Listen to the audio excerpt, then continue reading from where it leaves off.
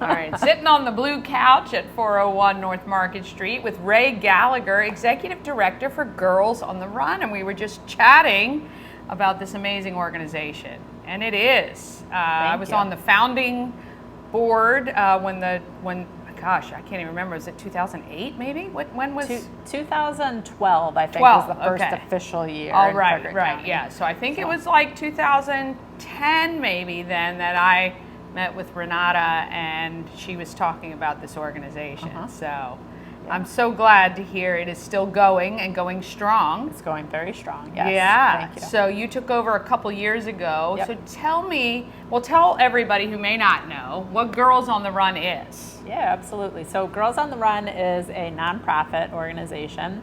Most people hear the word run and they think that we're solely focused on running, but it is about so much more. We're really focused on building confidence of young girls. We focus on later elementary years, so 3rd through 5th grade, and then all of middle school, 6th through 8th. And we operate as an after-school program, 1 to 2 days a week. We rely heavily on volunteer coaches to lead the program, but we're curriculum-based. So each session that the girls meet together as a team and with their volunteer coaches, there's a particular theme that they're focused on, and it could be anything from building confidence to setting goals to recognizing what's unique and special that each of them bring to the team. And then we incorporate physical activity and running into each one of the lessons. So the girls are together for 10 weeks of the season, meeting 1 or 2 days per week, and they're building towards a 5K event, which we hold annually here in Frederick and beyond, because we've now expanded to all of Western Maryland. So our council serves Frederick, Washington, Allegheny, and Garrett counties now. Oh, that's a big job. Yes, great. Yes, congratulations. It's a big a big spread, but we're finding a lot of need in Western Maryland for sure. And, no doubt. So yeah, that's what we're focused on. Yeah, and one of the things I loved about Girls on the Run from the early days is the curriculum that is developed is, again, it's not about running, but it's about a healthy lifestyle, mentally, physically, and just at a time for girls. My daughter, I remember it, it's just tough. It's tough. And this is a great program for girls to kind of socially and physically kind of get with a group of people that, is a safe environment, and it's great. Right. Yeah. We see there's a lot of studies and statistics that show that activity levels for girls start to decline as they get further into their adolescence. Yes.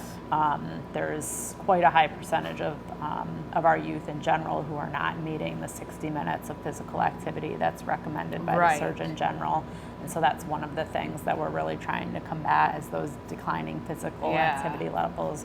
And then we see girls' confidence in themselves and their body image, their self-esteem really starts to decline a lot as they move through from 5th to 6th to 7th to 8th grade.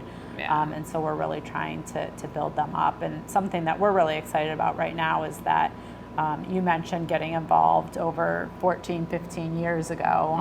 The curriculum has been refreshed a bit. And so we're implementing this past season. We started implementing a new curriculum called Hello Superstar, which is all focused on what is unique about me.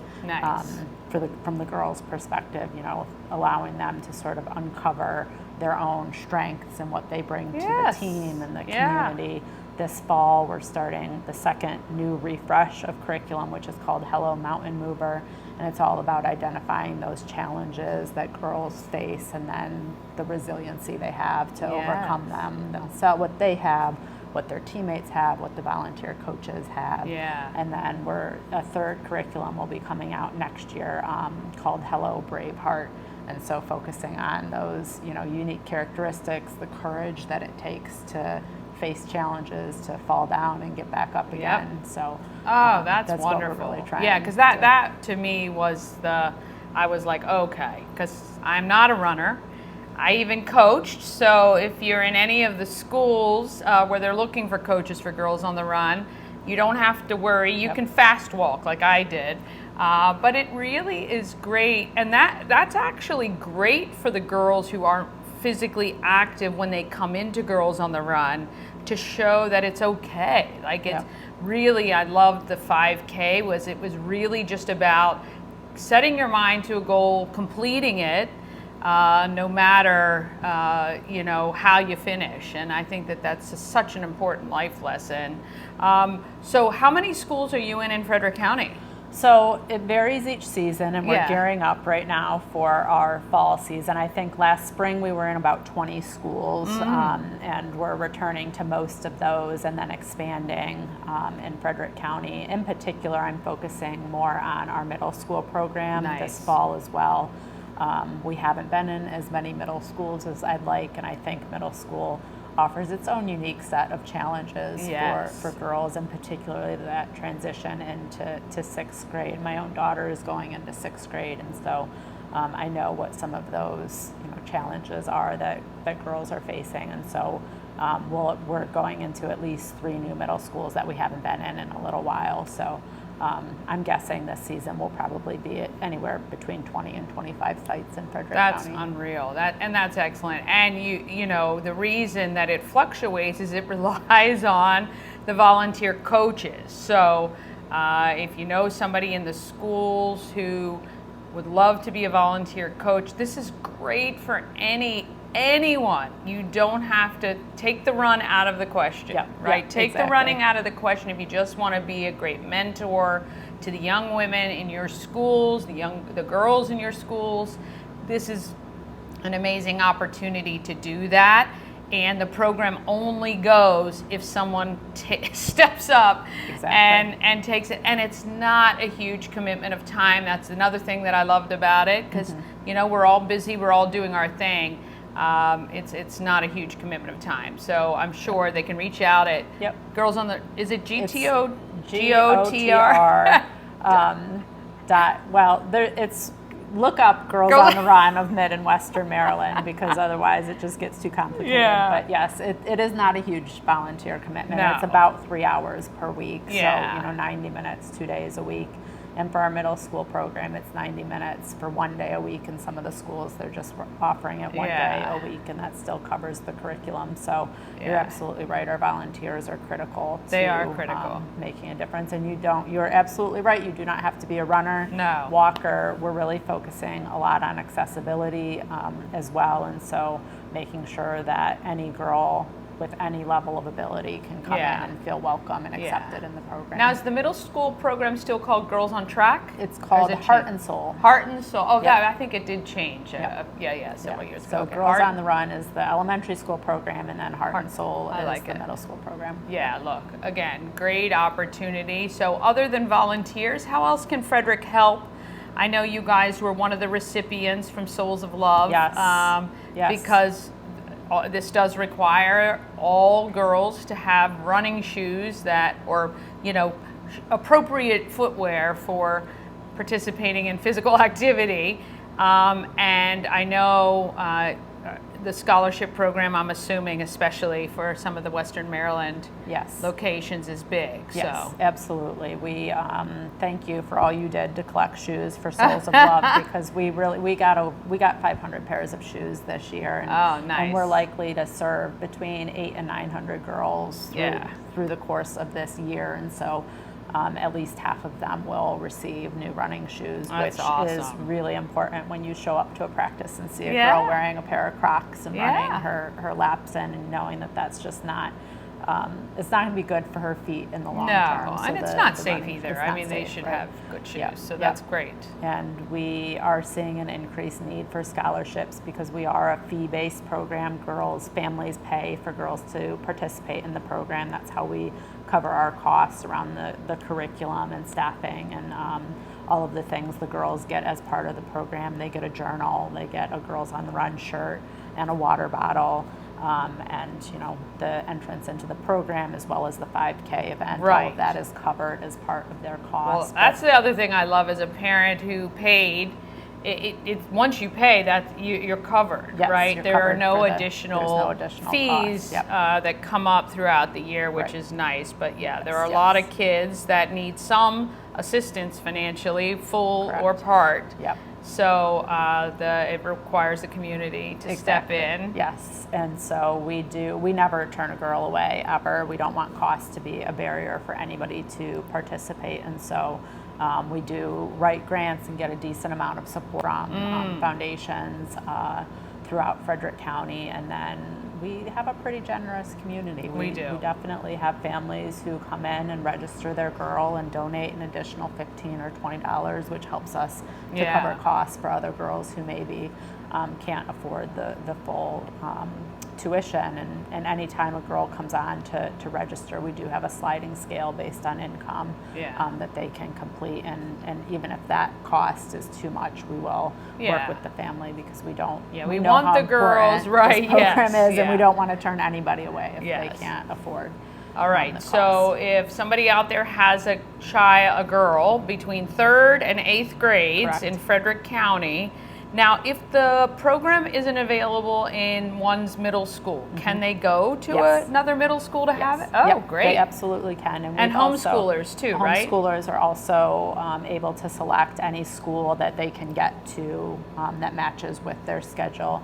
We've also had a Heart and Soul team and a Girls on the Run team that meet at Baker Park, which is open to anybody. And those teams have typically met on the weekend, so Saturday mornings or Saturday afternoons. That's to make great. Sure That's very convenient for people. Especially, when you might have students who are maybe attending a private school that's out of county and want to be able to have that opportunity.